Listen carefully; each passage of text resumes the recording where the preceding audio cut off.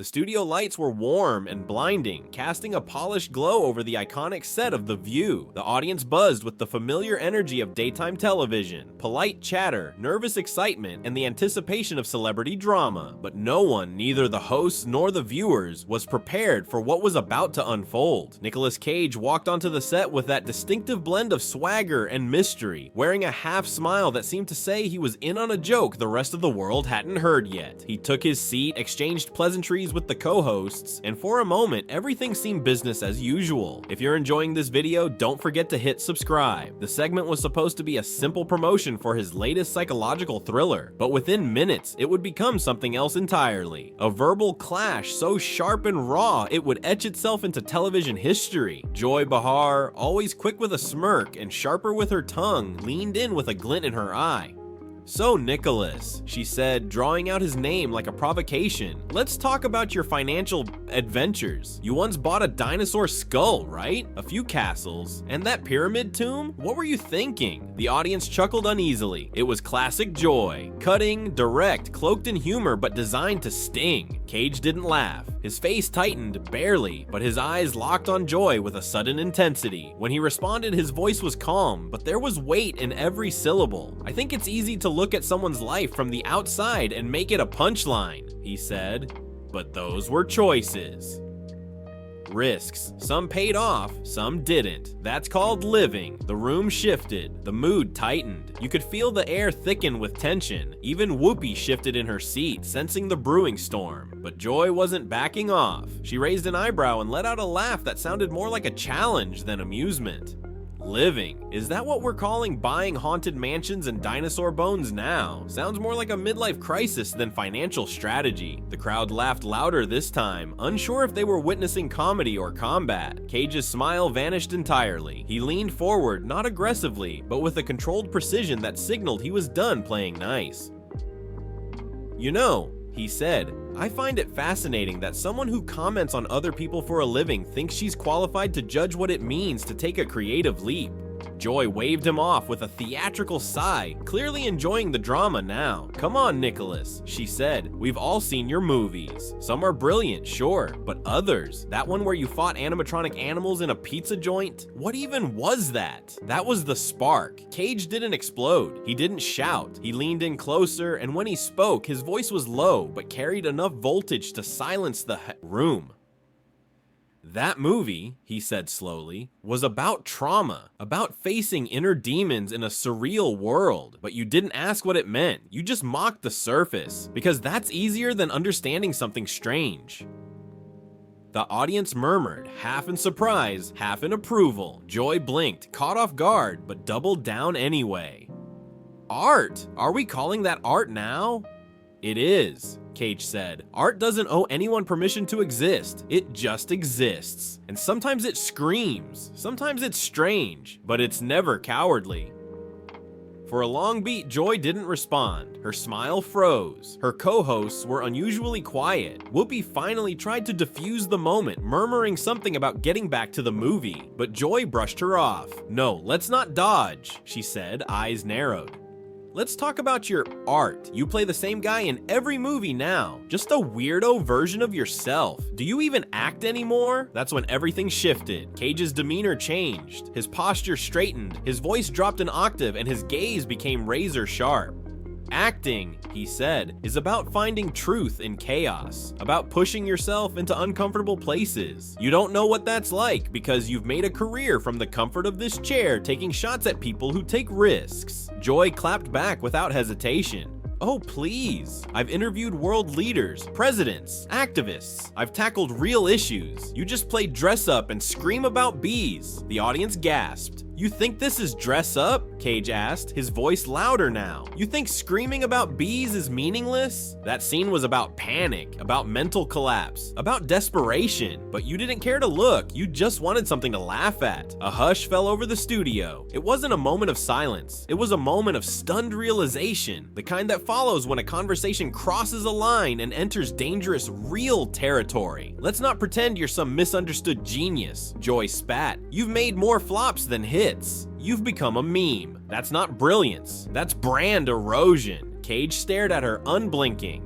Maybe, he said, but I show up. I commit. I throw myself into every role like it's my last breath. And if that makes me a joke to people like you, I'll still take it over being someone who tears others down because it's safer than creating something of her own. The crowd murmured again, this time more supportive, more energized. Joy's expression was shifting. Her usual smirk was replaced by something colder, sharper. She leaned forward and fired her next shot. You want to talk about creation? Let's talk about relevance. How long are you gonna ride the wave of your last decent performance? You've been coasting for years, living off a name. Cage's eyes darkened. For the first time, real anger flashed across his face. His voice stayed calm, but his words carried an unmistakable bite.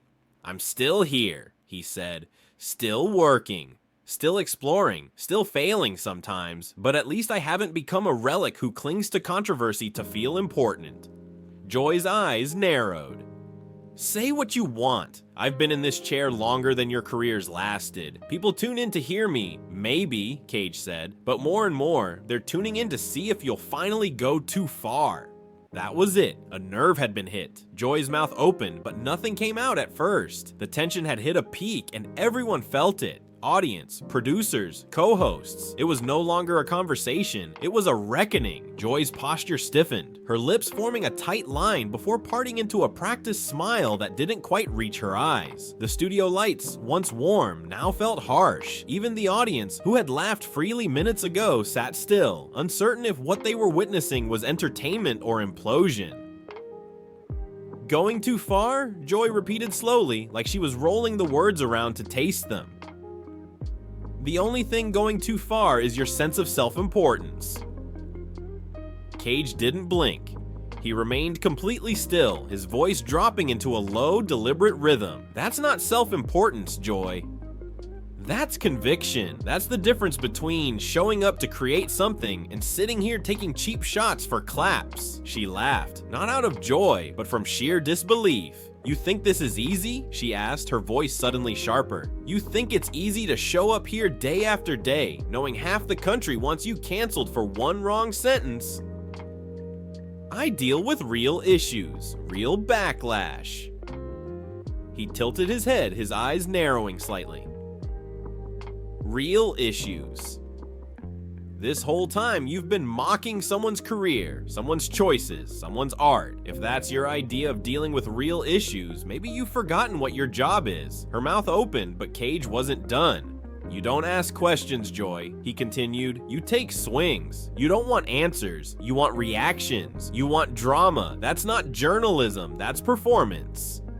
The crowd murmured again, some gasping, others applauding. Even Whoopi looked like she might stand up and pull the fire alarm. But Joy's pride wouldn't let her back down. She leaned in, her voice rising. And what do you think you do, huh? You scream into cameras and pretend it's profound. You wear costumes and call it transformation. But half the time, it looks like you're just trying to out-weird your last film. Cage cracked a half smile, not amused, but amused that she'd dare go there. You think that's what I do? He asked, voice thick with disdain. You think committing to a role, no matter how absurd or surreal, is just me trying to be weird? She raised her eyebrows, daring him to prove otherwise. Cage leaned closer. His words were slow and surgically precise. I study, I prepare, I dig until there's nothing left but the raw nerve of a character. I don't care if it makes me look ridiculous. I don't care if the world laughs. If the scene demands pain, I bleed. If it demands madness, I unravel. And if it demands silence, I disappear. Joy rolled her eyes, exaggerated and dismissive. Spare me the monologue. You're not Daniel Day-Lewis. You're the guy who screamed about bees. This time, Cage's smile broke through, not joyful, but sharp like a knife's edge. You keep bringing up that scene. You know why? Because you remember it, and everyone else does too. Say what you want, Joy, but I leave a mark. Her mouth tightened. You're delusional. No, he said, quiet and composed. I'm passionate. There's a difference.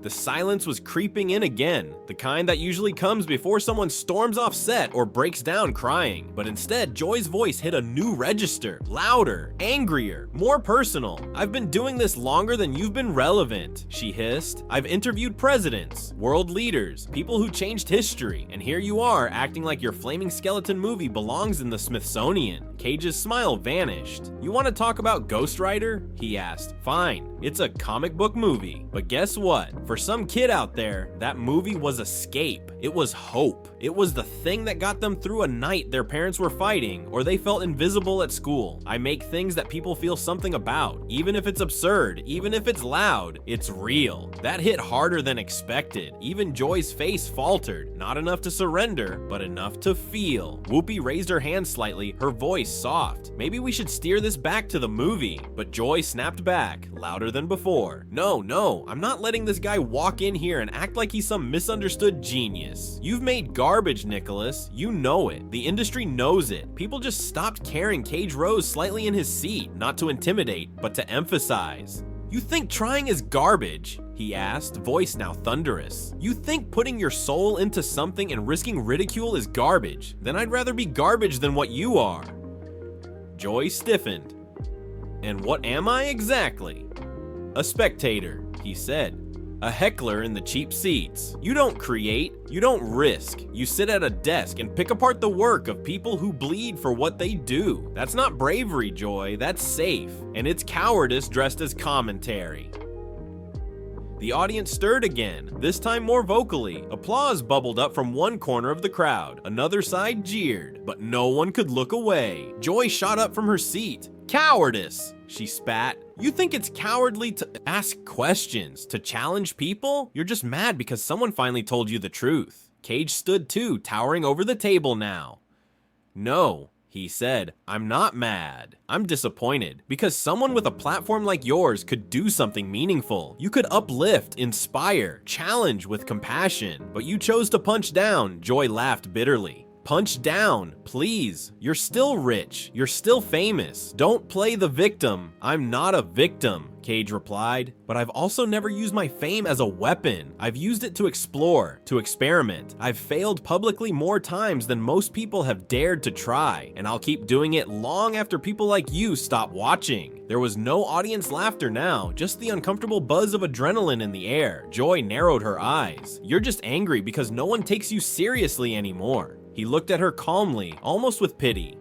I don't act for people like you, Joy. I act for the people who feel invisible, who want to see something weird, wild, real. I act for the misfits. You talk for the people who already think they know everything. She opened her mouth to respond, but this time no sound came out. The room was silent, tense, raw, and the clash wasn't over yet. The silence in the studio wasn't just awkward, it was volatile. You could hear the hum of the lights above, feel the stillness like a wall pressing in. Joy stood across from Cage, breathing just slightly heavier, her jaw clenched tight enough to crack enamel. He stood equally still, but with the kind of focused calm that always meant something explosive was building underneath. Then she said it. You wouldn't even be here if it weren't for your uncle.